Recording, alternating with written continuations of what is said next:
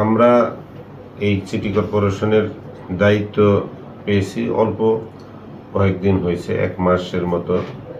ইতিমধ্যে আমরা আমাদের স্থানীয় সরকারের সাথে সমন্বয় রেখে মাননীয় প্রধানমন্ত্রীর যে নির্দেশনা, সেই নির্দেশনাকে অগ্রাধিকার ভিত্তিতে আমরা কিছু এই নগরবাসীর যাতে প্রকৃত সেবাটি পায় তার জন্য কিছু কাজে হাত দিয়েছি। 180 দিনের একটি পরিকল্পনা করেছি। তার মধ্যে হলো আপনার ড্রেনেজ যে ব্যবস্থা, খাল খননের যে ব্যবস্থা, পরিষ্কার পরিচ্ছন্নতার একটা বিষয় আছে, যেখানে কথায় বলা হয় যে ক্লিন সিটি এবং সবুজায়ন, গ্রিন সিটি, এগুলোর জন্য আমরা কাজ করতেছি। আগামী সোমবার এবং মঙ্গলবার আমাদের দুদিন আমাদের সিটি কর্পোরেশনের পক্ষ থেকে আমি নিজে মাঠে থেকে পুলিশ প্রশাসন এবং জেলা প্রশাসন সমন্বয়ে আমরা গাজীপুরের সর্বত্র যে দখলদাররা রাস্তা ফুটপাত দখল করে আছে এগুলোকে আমরা উচ্ছেদ করব এবং পরিষ্কার পরিচ্ছন্নতার মধ্যে নিয়ে আসব। আশা করি আগামী এপ্রিলের মধ্যে, বর্ষার শুরুতেই এগুলো পরিষ্কার পরিচ্ছন্নতার পরে আমরা এখানে বৃক্ষরোপণ করব। আর যে ড্রেনেজ ব্যবস্থাগুলো আছে, যেগুলো আপনার ইতিমধ্যে আছে কিন্তু চলমান না, সেগুলোর জন্য আমরা পদক্ষেপ নিয়েছি, কাজ শুরু হয়েছে। এইগুলো যাতে চলমান থাকে, কোথায় বাধাগ্রস্ত, কোথায় রিপেয়ারিং করতে হবে। আর নতুন কিছু ড্রেন সংযোগ, পানি ড্রেন আছে কিন্তু পানিটা কোন দিক দিয়ে বেরিয়ে যাবে এইগুলো আমরা চিহ্নিত করতেছি। এই কানেকশন গুলো, ড্রেনের কানেকশনগুলো যাতে শেষ পর্যন্ত খাল নদীতে পর্যন্ত যায় এই পানিগুলো প্রবাহিত হতে পারে বা চলমান থাকতে পারে, সেজন্য আমরা আমাদের ডিপার্টমেন্টকে দ্রুত এগুলোকে চিহ্নিত করে আমরা এপ্রিলের মধ্যেই কাজগুলো শেষ করতে বলছি। কারণ হলো এই ড্রেনগুলো যদি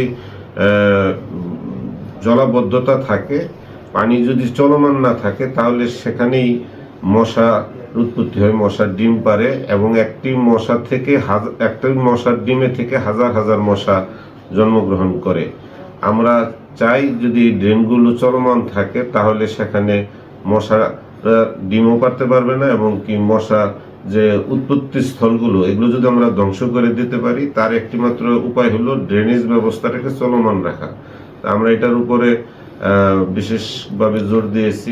আরেকটি বিষয় হলো যে বর্ষার মধ্যে আমাদের এখানে সমস্যা হয় টঙ্গী এবং গাছা চৌরাস্তায়। এখানে এই রোডটি হলো রোডসের, এই রোডসের যে রাস্তা এবং ড্রেন আছে, এই ড্রেনটি তারা করছে এমনভাবে, খুব চাপা একটা ড্রেন করছে। তারা শুধু এই রাস্তার পানি এই ড্রেন দিয়ে যাতে যেতে পারে এরকম একটা ছোট ড্রেন করছে।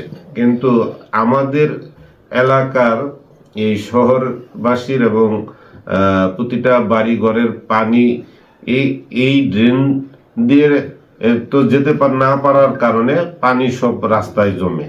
আমরা ইতিমধ্যে আলোচনা করে, বিভিন্নভাবে মিটিং করে এবং জরিপ করে আমরা এটা উপলব্ধি করেছি। এখন এবারকার বর্ষায় যাতে পানি জমে না থাকে, আপনারা বিগত দিনে হয়তো দেখে থাকবেন যে বৃষ্টি হলেই এই টঙ্গী গাছা চৌরাস্তার উপরে হাঁটু পানি জমে থাকতো। তো এইবারকার বর্ষায় যাতে অন্তত এই পানিটা জমে না থাকে, আমরা রোডসের সাথে কথা বলেছি। তারা যদি এটাকে পানি দ্রুত সরে যাওয়ার জন্য কাজ না করে, তাহলে আমাদেরকে তারা যেন কাজ করার অনুমতি দেয়। কারণ রোডসের ওখানে কাজ করতে গেলে তাদের অনুমতি ছাড়া আবার আমরা সিটি কর্পোরেশন কাজ করতে পারি না।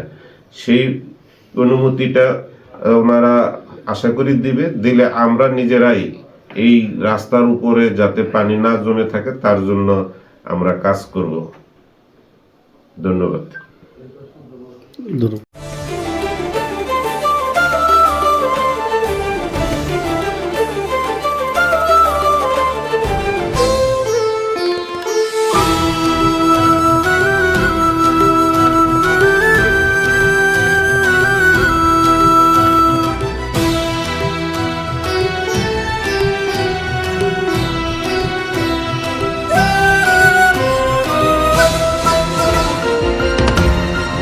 টেকনাফ থেকে তেঁতুলিয়া, রূপসা থেকে পাথুরিয়া, বিশ্বজুড়ে রূপসী বাংলা।